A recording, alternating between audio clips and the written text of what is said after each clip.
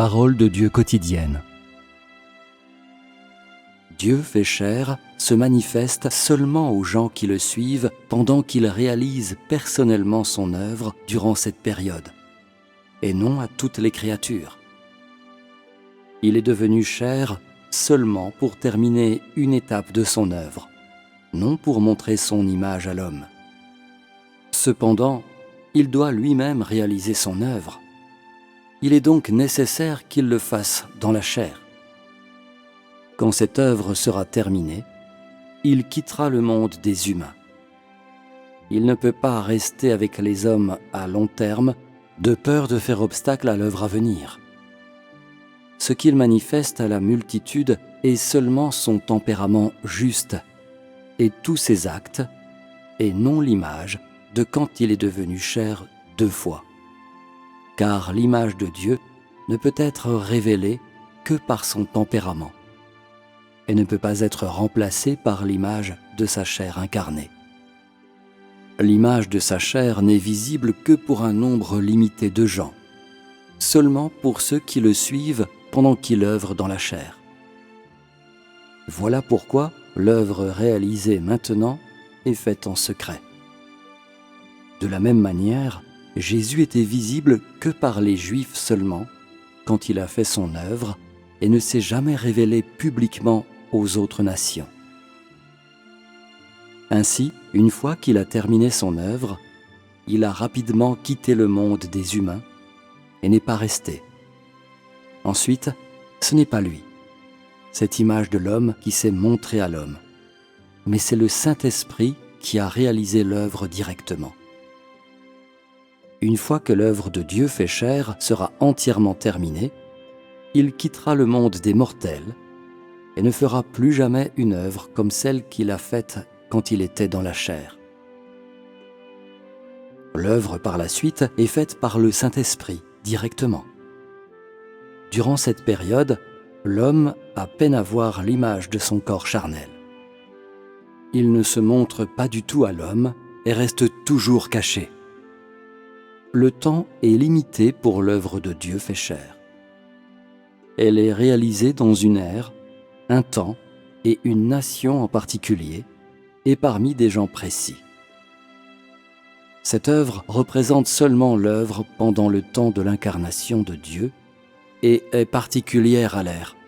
Elle représente l'œuvre de l'Esprit de Dieu dans une ère particulière et non la totalité de son œuvre. Par conséquent, l'image de Dieu fait chair ne sera pas révélée à tous les peuples. Ce qui est montré à la multitude est la justice de Dieu et son tempérament entier, plutôt que son image au moment où il est devenu chair 2 fois. Ce n'est ni l'image simple qui est révélée à l'homme, ni les 2 images combinées.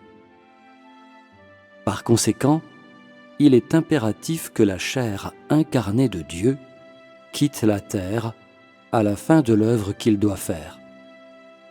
Car il ne vient que pour faire l'œuvre qu'il doit faire et non pour montrer son image aux gens.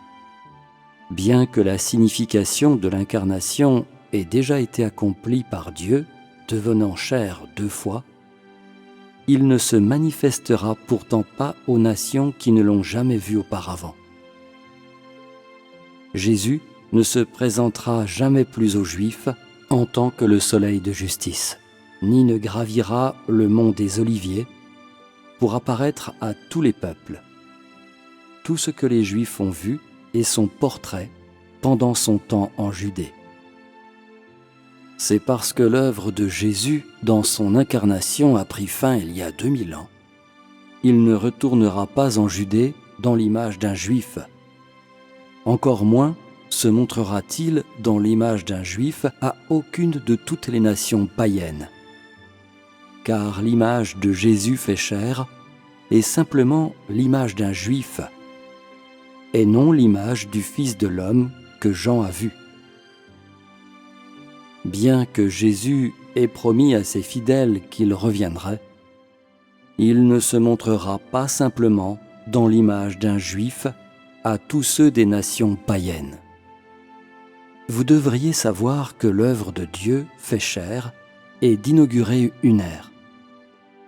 Cette œuvre est limitée à quelques années, et il ne peut pas accomplir toute l'œuvre de l'Esprit de Dieu. De la même manière, l'image de Jésus comme juif peut représenter seulement l'image de Dieu pendant qu'il œuvrait en Judée, et il ne pouvait faire que l'œuvre de la crucifixion. Pendant que Jésus était dans la chair, il ne pouvait pas faire l'œuvre de mener une ère à sa fin ou de détruire l'humanité. Par conséquent, après qu'il a été crucifié et a conclu son œuvre, il est monté dans les hauteurs et s'est caché à l'homme pour toujours. Après cela, les croyants fidèles dans les nations païennes ne pouvaient voir que son portrait affiché sur les murs et non pas la manifestation du Seigneur Jésus. Ce portrait est seulement fait par l'homme et non pas l'image que Dieu lui-même a montrée à l'homme. Dieu ne se montrera pas ouvertement lui-même à la multitude dans l'image qu'il avait quand il a pris chair 2 fois. L'œuvre qu'il fait parmi les hommes est de leur permettre de comprendre son tempérament. Tout cela est montré à l'homme par le moyen de l'œuvre des différentes ères. C'est accompli par le tempérament qu'il a fait connaître et par l'œuvre qu'il a faite plutôt que par la manifestation de Jésus. Autrement dit, l'image de Dieu n'est pas révélée à l'homme par l'image incarnée, mais plutôt par l'œuvre réalisée par le Dieu incarné, qui est à la fois image et forme, et par son œuvre, son image est manifestée et son tempérament est révélé. Telle est la signification de l'œuvre qu'il veut faire dans la chair.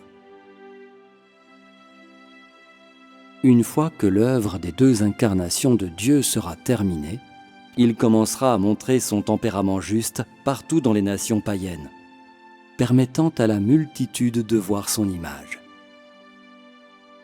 Il manifestera son tempérament et ainsi clarifiera la fin des différentes catégories d'hommes, menant ainsi totalement à sa fin l'ère ancienne. Son œuvre dans la chair n'a pas une grande étendue, parce que son œuvre dans la chair a des frontières et des limites. Il réalise seulement une œuvre de courte durée dans l'image d'une chair ordinaire et normale. Il n'utilise pas cette chair incarnée pour faire l'œuvre de l'éternité ou l'œuvre consistant à se manifester au peuple des nations païennes. La portée de cette œuvre dans la chair doit être limitée et ensuite amplifiée par l'œuvre réalisée à l'intérieur de ses limites.